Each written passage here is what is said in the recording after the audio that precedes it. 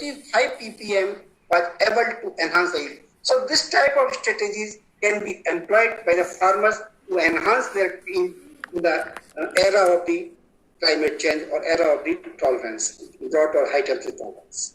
Next, please. So I would like to conclude with this that this is the potential of our crop, where we have definite factors like CO2, radiation, all these things. These are limiting factors like water, nutrients, and this is the combination of both. This is the actual farmers need the inputs. Next, please. So if we compare the past, present, and future, in past we are having tall varieties, which a lot of leaf area and all these things. Presently we are concentrating the dwarf varieties with leaf area and number of branches. In future we expect that our crop will be this type, the limited leaf area just sufficient to nourish the crop, and this is the future of the. We consider this is our the crop architect will be this type in future. Next, please. So we have the option. We have to fight with the climate change, and one person cannot fight against this global scenario. We have to fight individual, social, with government support, as well as the scientists need to convert their knowledge into the product in the form of the right varieties for future. So we have two options: either wait until the catastrophe fails, or we have to act cumulative to fail the catastrophe. Thank you.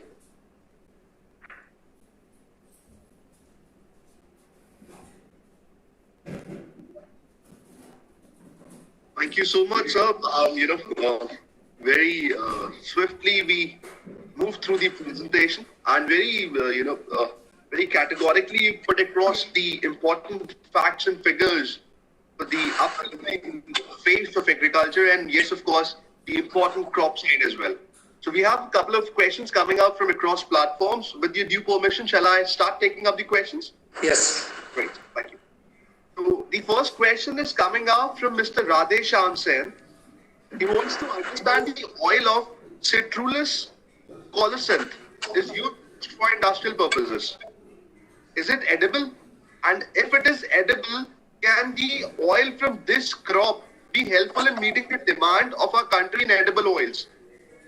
No, this is not edible. Okay, this is not an edible oil. This cannot be utilized for that. Thank you for questioning that answer, sir.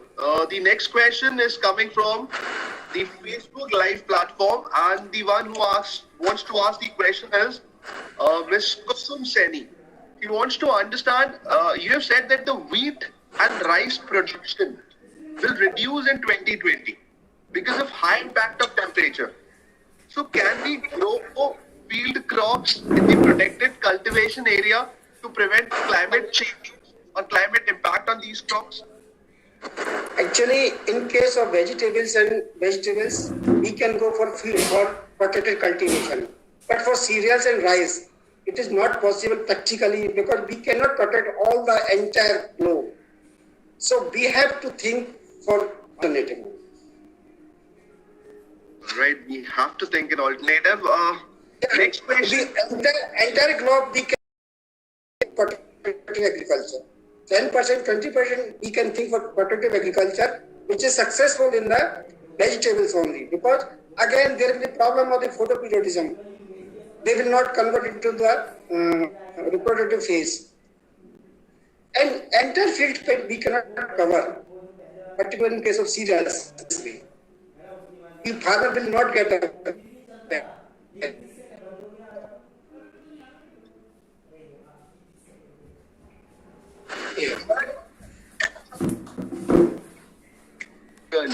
In your opinion, what should be already actually we have to at three phases. Farmers, they should try adapt, they should mitigate strategies. The government should support. The government should initiate permanent structures like godowns, warehouses, as well as our ICT and remote sensing, they should be highly technology friendly. We must be able to predict the climate change so that the farmers can take action accordingly. Because it's a natural calamity and we cannot fight alone for climate change. So there should be action at three sides: farmers, scientists, as well as government. Then only we can fight with this type of the situations. Any more, sir? Absolutely. So we have one question from the last conversation, which Dr. Ashok Gupta had suggested that you would be the best man to answer. So the question is pertaining probably to your subject.